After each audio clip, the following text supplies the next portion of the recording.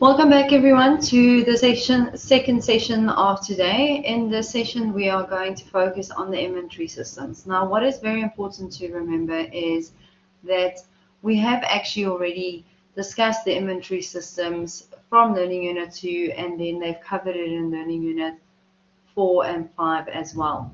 Now the main thing you need to remember is there's two inventory systems that we can record our information according. The one is the perpetual inventory system where you take it to the asset account or inventory account, or you have the periodic inventory system where you take it to the purchases account. Now it's very important that when you read a question in the test or the exam to make sure that you are aware which of the two inventory systems are applicable. The reason for this is your column name will vary and some of the information that you will disclose. So under the perpetual one, you would have the cost of sales column when you look at your debtors journals, your cash book receipts, and your debtors allowance journals, whereas if you have the periodic one, you would not have these accounts. Okay, so let's quickly look at inventory and what does that entail. So the learning objectives are the following. You have to explain why some businesses choose not to use a perpetual inventory system but a periodic inventory system instead. You have to calculate the cost of sale using the periodic inventory system. Now remember, we only work out the cost of sales at the end of the year. For the periodic inventory system, we take everything to purchases, and then when we do the stock take at the end of the year, then only do we calculate what the cost of sales for the year is. Then you need to demonstrate the working of the purchase and the purchase returns account under a periodic inventory system, demonstrate the working of the carriage on purchases and similar accounts that affect the calculation of cost of sales under a periodic inventory system, and analyze inventory related transactions under the accounting equation when using a periodic inventory system, and record the inventory related transactions in the subsidiary journals when using a periodic inventory system. Explain which one of the two is the most desirable. Okay, now what is inventory? If we go back to Learning Unit 2 when we looked at the definition, it is an asset that is held for sale, processed and sold, or used in the production of another asset. Okay, so my suggestion or example I've got here is oranges. So we can either have the seeds and we can hold them for sale and sell the seeds, or we can go plant the seeds to create orange trees. So that is processed and then sold. So we either sell the tree itself or we can sell the oranges. When we sell the oranges, we can use the oranges in the production of another asset. So we use the orange to produce orange juice or a cordial or whatever the case may be. Okay, so that is what is inventory. It is something held for sale, processed and sold and used in the production of another asset. And it is only accounted for once the definition of this asset is met. So if the definition has not been met, you will not account for the inventory at that date. Now, how is the inventory initially measured? We initially measure inventory at cost. Okay, so that means all the cost that is incurred to bring the trading inventory to its location and the condition for sale. So anything that you have to incur in order to get that asset to a condition and a location to be able to sell it, that would be capitalized to the inventory cost. However, anything subsequent to that would be expensed. Okay, so that's very important. Generally, some storage fees subsequently would be an expense and not capitalized towards the asset. Okay, let's quickly recap. In Learning Unit 2, we talked about the perpetual versus the periodic inventory system. Now, when we purchase it, the main difference between the two was in purchases, instead of taking it to inventory, as we do in the perpetual inventory system, it is taken to the purchaser's account. That affects our owner's equity, so it reduces owner's equity. If we sell inventory under the perpetual inventory system, we would have two double entries one for the sales transaction and one for the cost of sales. Whereas under the periodic inventory system, we only have one double entry system specifically for the sales transaction. Then any additional cost.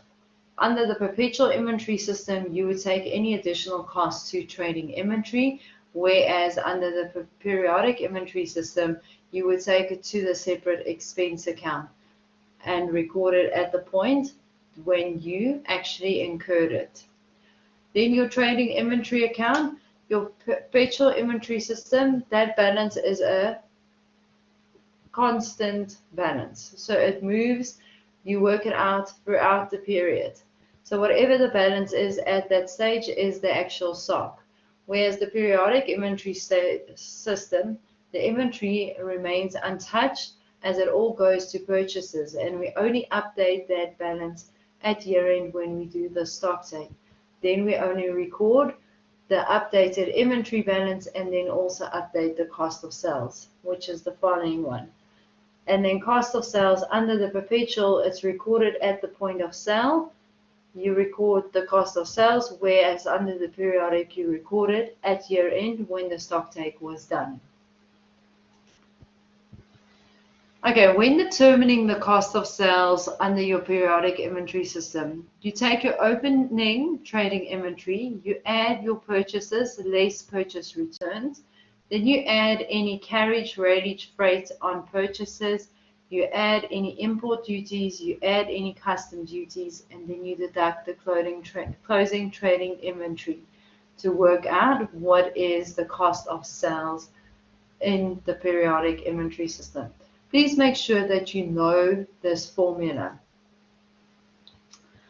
Okay, then inventory, we talked about initially we measure it at cost. Now subsequently, that is generally at our reporting date, you record it at the lower of cost and the net realizable value.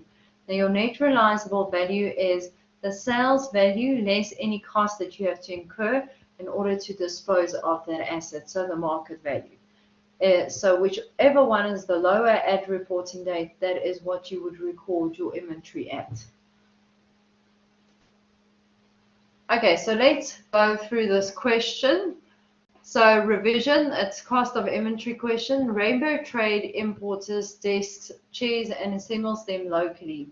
The periodic inventory system is used. Okay, so we know it's periodic.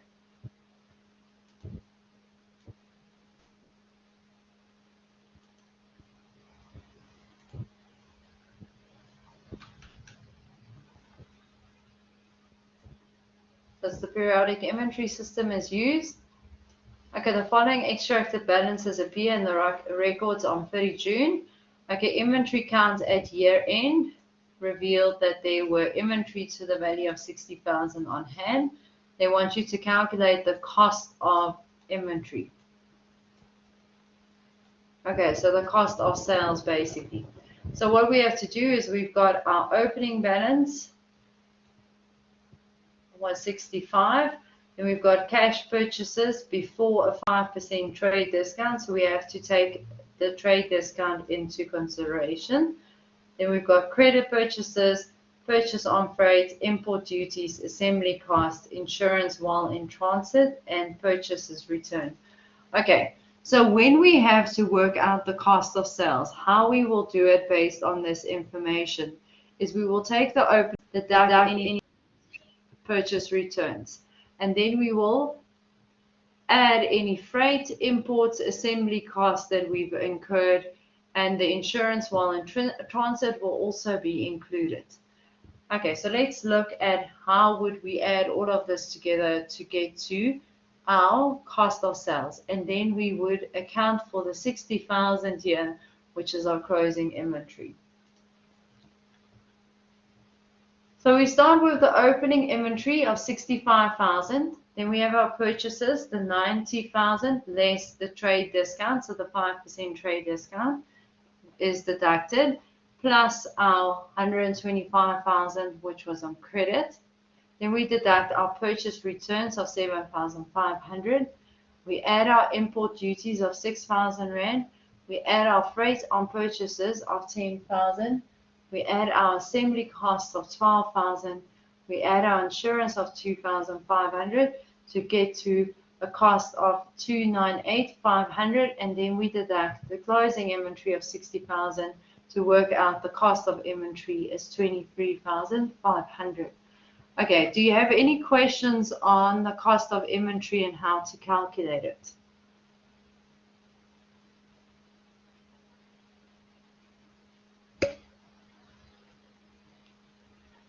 Okay.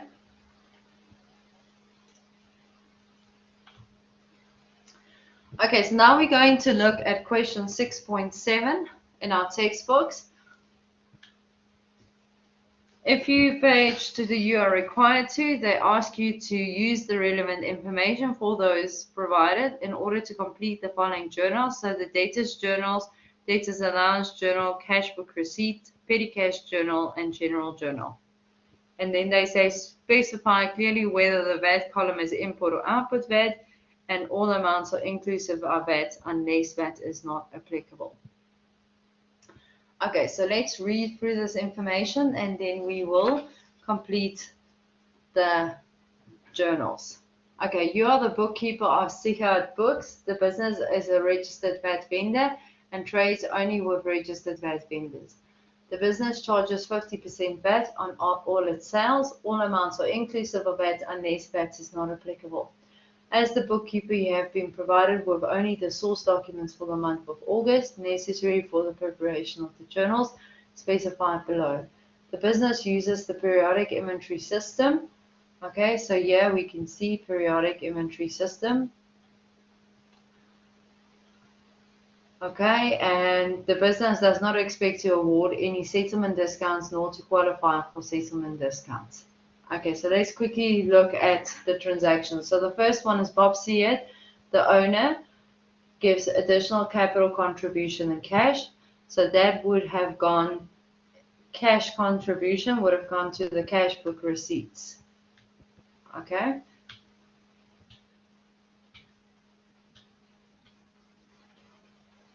In J. Lomo, sale of trading inventory. Okay, now based on the source documents, the DC or DCS would have to determine whether it's cash or credit sales. Now let's quickly see.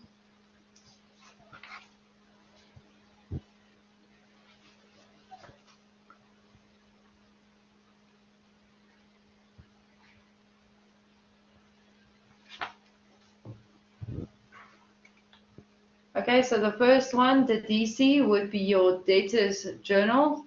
So that is on credit, whereas the next one would be on cash book receipt, which is the cash book sales. So CS, cash book sales, where the other one is just credit sales. Okay, then M. Burke, sale of trading inventory. 27,956 Rand and 99 cents, less 7% trade discount.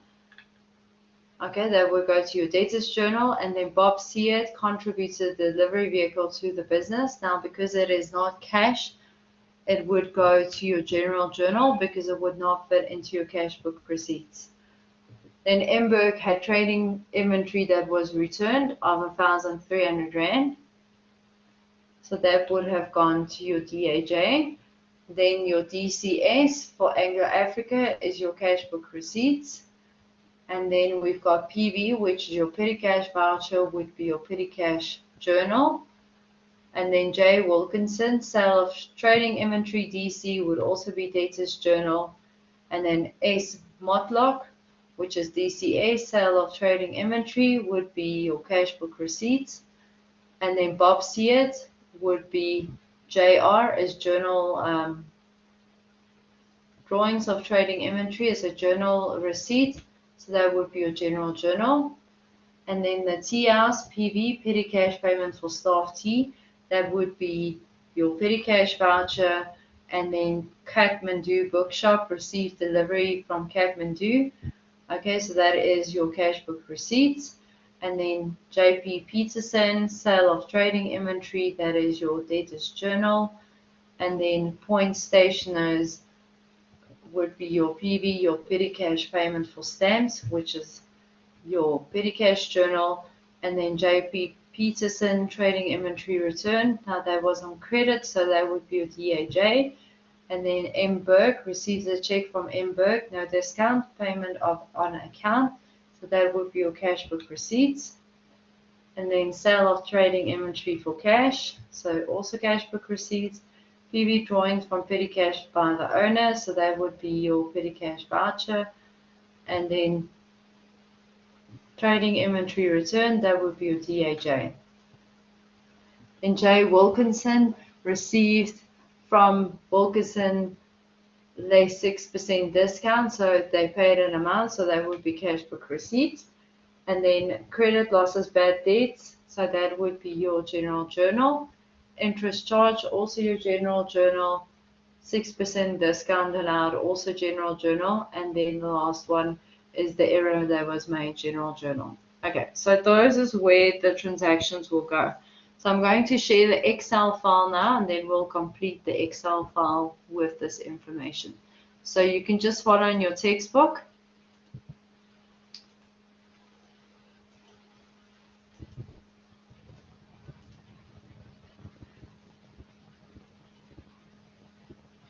Okay, so the first transaction we said Bob Seat on the first gave additional capital contribution and cash. So we said that would go to your cash book receipts. So the entry would look as follow. You would have the document number, the day, Bob Seat, and then the analysis of receipts. We received 96,000 and we banked 96,000. So they did not indicate that the banking does not occur on the same day, so that's why the information would be the same. Okay, and because of the fact that this is cash, there would not be a VAT component in the, so the full 96,000 would go to capital. Then on the second, we've got our credit sales, so our debtors journal of 95,200. So the transaction would look as follow. You would take the 95,200, and then we would take out the VAT component. So we would multiply that by 15 over 115 to give us output VAT of 12,417 Rand, and then the remaining will go to sales. What you would note is because it is the periodic inventory system, we do not have a cost of sales column. Okay. Then on the 8th, we've got cash sales, so that would have gone to the cash book receipts, and the transaction would have looked as follow. So we would have piece or cash sales. We would have had the 88,600, and we would have worked out the output VAT and the sales amount for that based on the formulas indicated. Then M. Burke, on the 12th, we've got a credit sale of trading inventory, which was 27,956 Rand and 99 cents with a 7% trade discount. So before we account for it, we had to account for the 7% trade discount before we can capture the VAT. So you'll see here, we took the 27,956,99 and we multiplied it with 93%. So that's the 100% less the 7% trade discount would give us a value of 26,000. And then we would apply the VAT, and the VAT exclusive amount would have gone to sales. Then on the 12th, Bob Seat provided us with a delivery vehicle. Now we said that is on your general journal. All legislative requirements have been met for the full VAT to be claimed. So that means we can claim input VAT on that transaction. So you would have accounted for it as follows. You would have set debit vehicle with the VAT exclusive amount, you would have debited the input VAT with the VAT component, and you would have credited the capital with the capital amount, and then you would have given a description that says owner contributed a delivery vehicle to the business.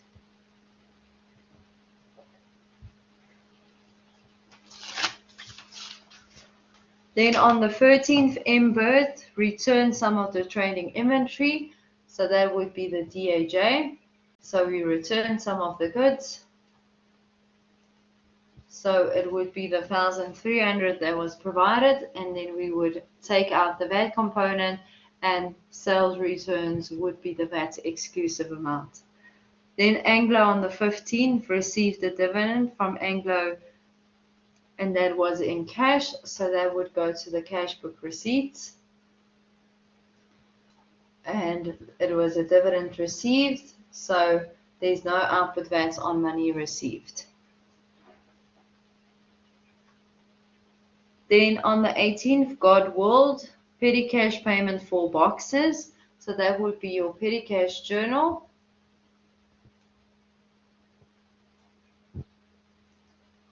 So we would have the 3,424 Rand, and then we would claim the input VAT on the boxes, and the remaining amount would go, the VAT exclusive amount would go to packaging materials.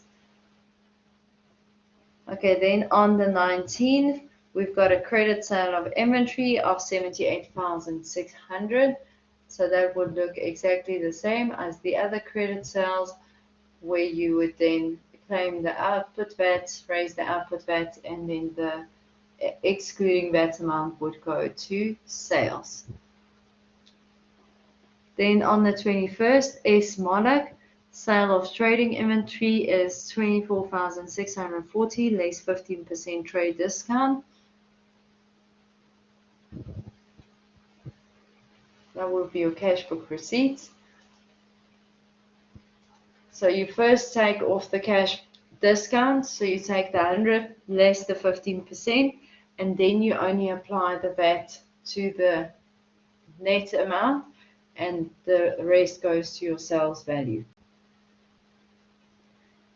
Okay, then on the 21st as well, Bob Seard withdrew trading inventory, and the selling price including VAT of 2,000 Rand, markup was on cost. Okay, so this one is also general journal. Now what you would do here is you've got your cash price, your markup, the selling price. Now we said that it is markup on cost was 20%. So if the markup is in cost is 100, the markup is 20, sales price is 120. So that means to work out the cost amount, you would multiply the sales value times 100 over 120, which is the 2,000 times 100 over 120 gives you 1,666 Rand and 67 cents. Okay, and then the output VAT is raised for whatever the owner takes for its own. And then very important to note is that we take it to purchases and not inventory, because it is the periodic inventory system. Then on the 22nd, we've got the tea house petty cash payment for staff tea. So that goes to the petty cash journal.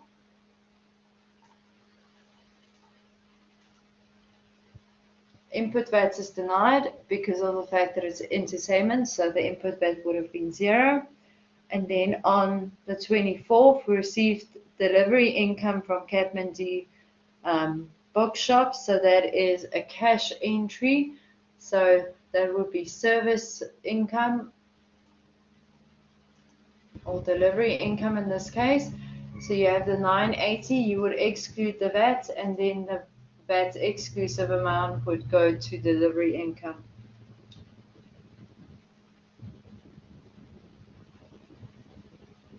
Then on the 25th, J. Peterson, sale of trading inventory, which was on credit.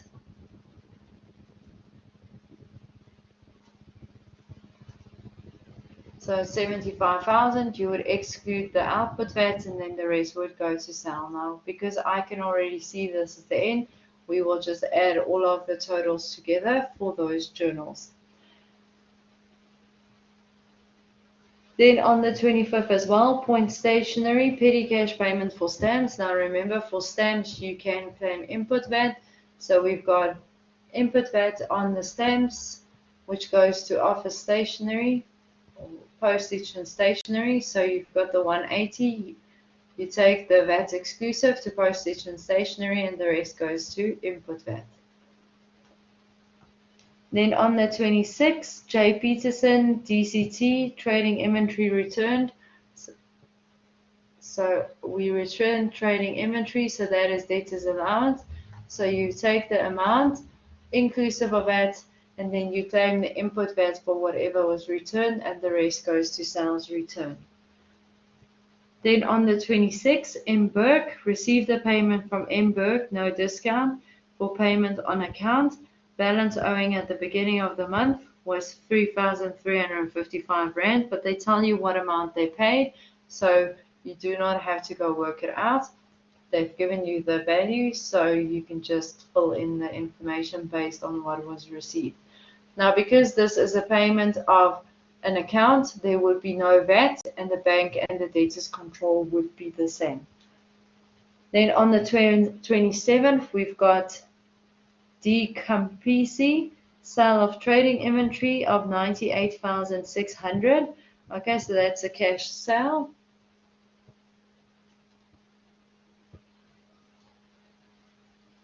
And we work it out exactly the same as the previous ones.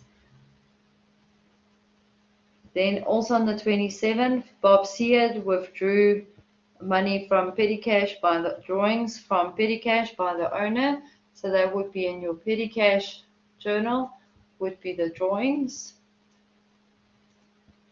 So it's the cash we're taking out there, and then we just total the balances.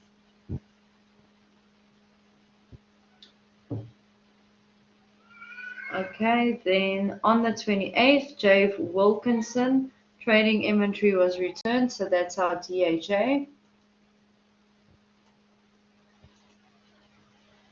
Okay, but we said there was a 6% settlement discount that was received.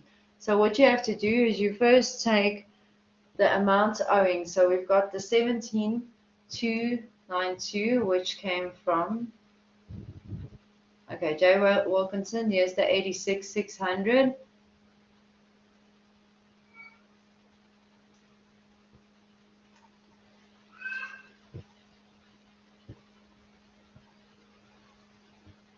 And the 17,200 was the opening balance, less the 3,144, which was in our DHA. And then you multiply that with 94% to work out what amount was physically received.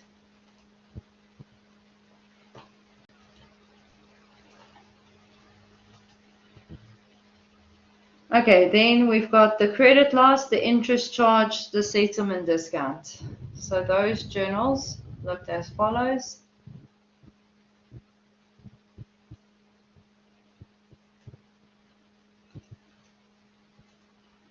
So the first one is the credit losses. Remember, credit loss is a VAT exclusive amount. So you work it out as 95,200, then you can claim the input VAT, and the rest goes to the debtors control, the full amount that's written off. Then the interest income that was charged to J. Peterson would increase the debtors control for J. Peterson, and you would create the interest income account. And then on the 31st was a settlement discount allowed to J. Wilkinson for the settlement of his account. Now what you have to do is, it's that same calculation we did in the cash book receipts. It's only the 6% now goes to your journals here. And that's how it was calculated. The opening balance plus the sales less any returns multiplied with 6%. And then the last journal entry was the mistake that we corrected, where we debit computer equipment and credit office consumables. But remember that this was in a prior financial period, so that's why it's 14% and not 15%. And remember, it was also just the incorrect account, so it should have been the VAT exclusive amount. And that was the only sort of funny thing in this question, was the VAT rate. Okay, do you have any questions on question 6.7?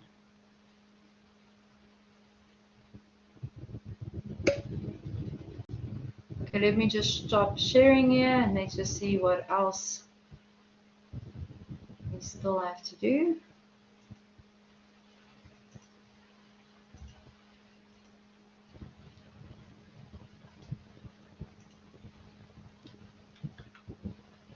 Okay, so that was it. So for homework, I would like you to complete question 6.3, 6.4, and 6.6 and go through that information to try and get on top of the trading inventory section. Okay, do you have any questions on trading inventory, the journals, or the difference between perpetual or periodic, or is there anything that you still need to clarify?